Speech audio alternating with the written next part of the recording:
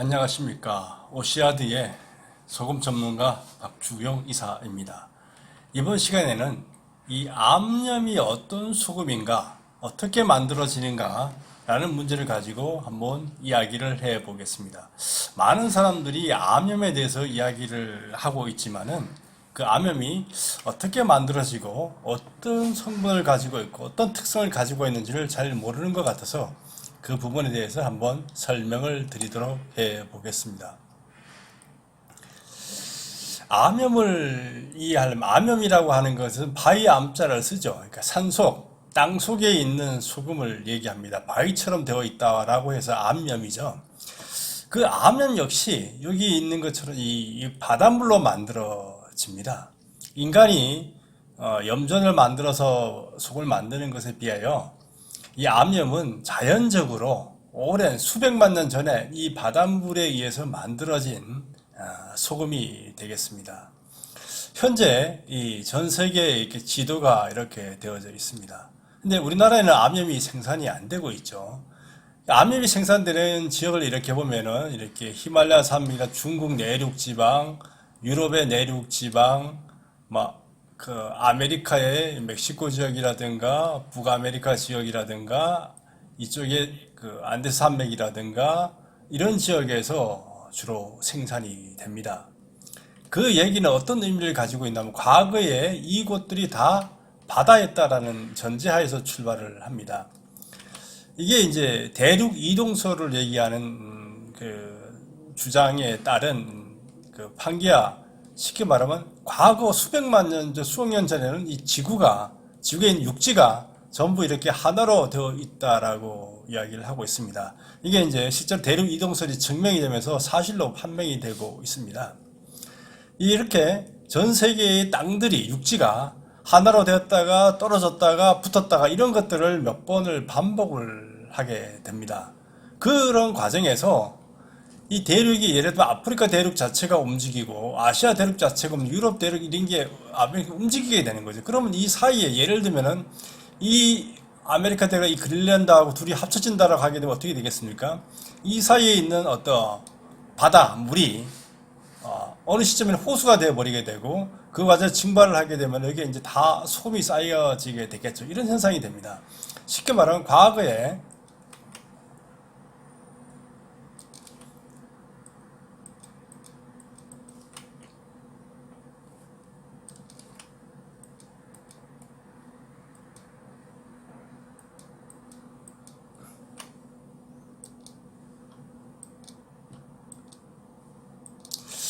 인도 대륙 같은 경우가 이쪽에 남쪽에 있었다라고 알려져 있습니다. 그래서 밀고 올라갔죠.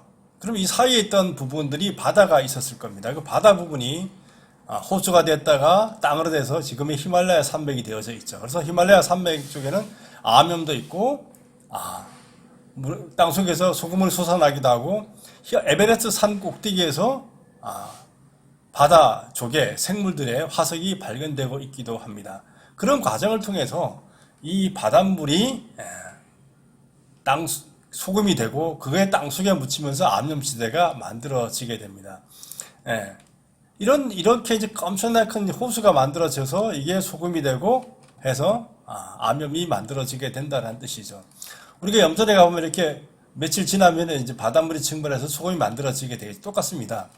거대한 호수가 오랫동안 이제 햇빛을 받게 되면은 물이 증발하면서 이렇게 소금이 쌓여지게 되겠죠. 이렇게 소금이 쌓여지게 됩니다.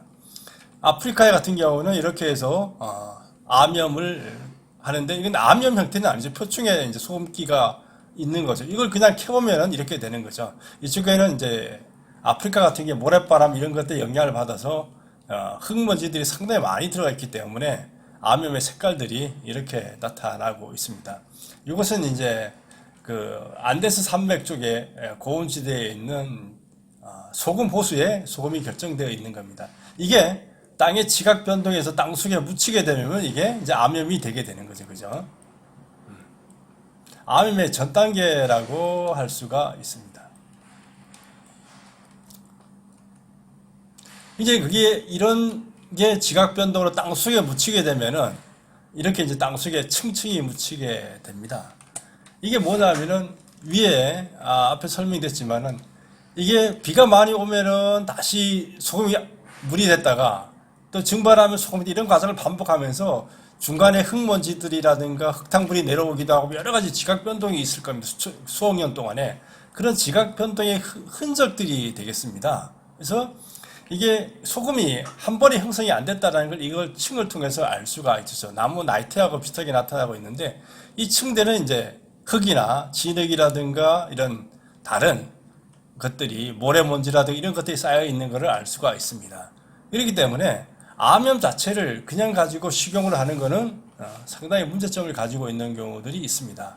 이걸 갖다가 가공을 해야지만 식용이 되죠. 사령이라든가 뭐 도로에 제설제로 쓰는 경우 같은 경우는 이런 소금을 가져 그냥 사용을 해도 상관이 없습니다. 하지만 우리가 이제 식용을 한다. 이런 걸 가지고 식용하기에는 상당히 문제들이 있겠죠. 이런 부분은 다 진흙이라든 흙이라든 이렇게 됩니다.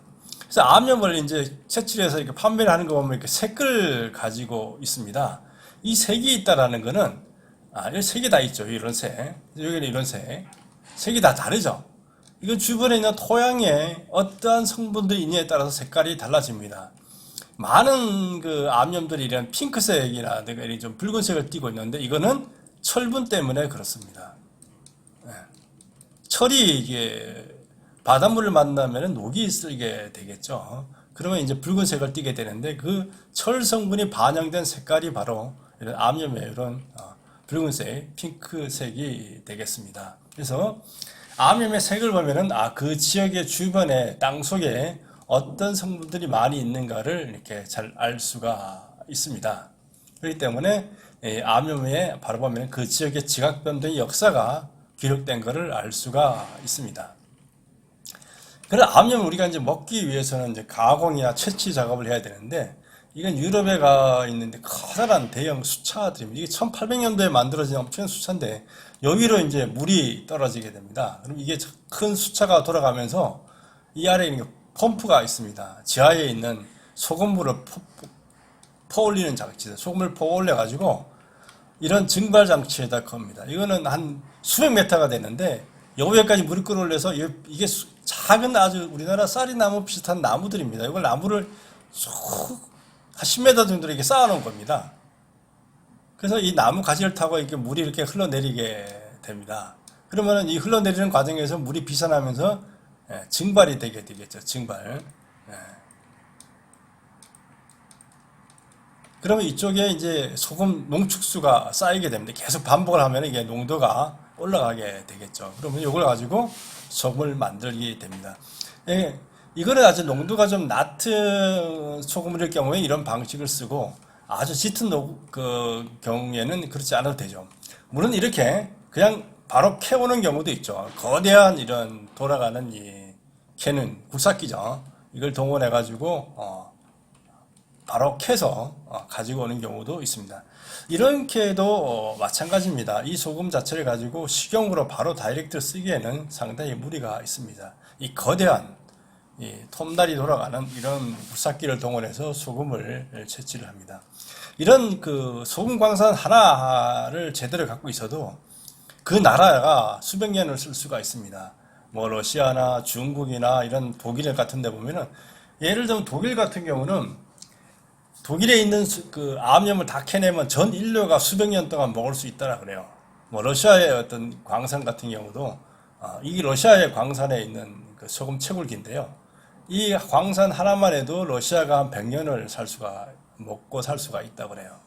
어쨌든 엄청나게 많은 소금, 쉽게 말하면 이 전 바다에 우리나라 전 세계 바다에 소금량들이 엄청나게 많습니다.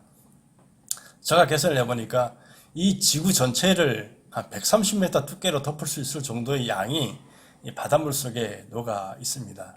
그러니까 지각 변동 속에서 그 중에 일부가 뭐 있다 그래도 엄청나게 많은 양이 되겠죠. 그런 게 바로 암염이 되겠습니다. 그래서 암염은 이제 이런 색을 이용해서 벽에 장식용으로 사용하기도 하고 이렇게 해서 동물들에게 주기도 하고 벽에 장식이라든가 뭐 등잔용 이렇게 사용하기도 하고 일부는 이제 녹여서 식용으로 사용하기도 합니다. 이 암염이라는 건 앞에서 그 얘기를 했지만은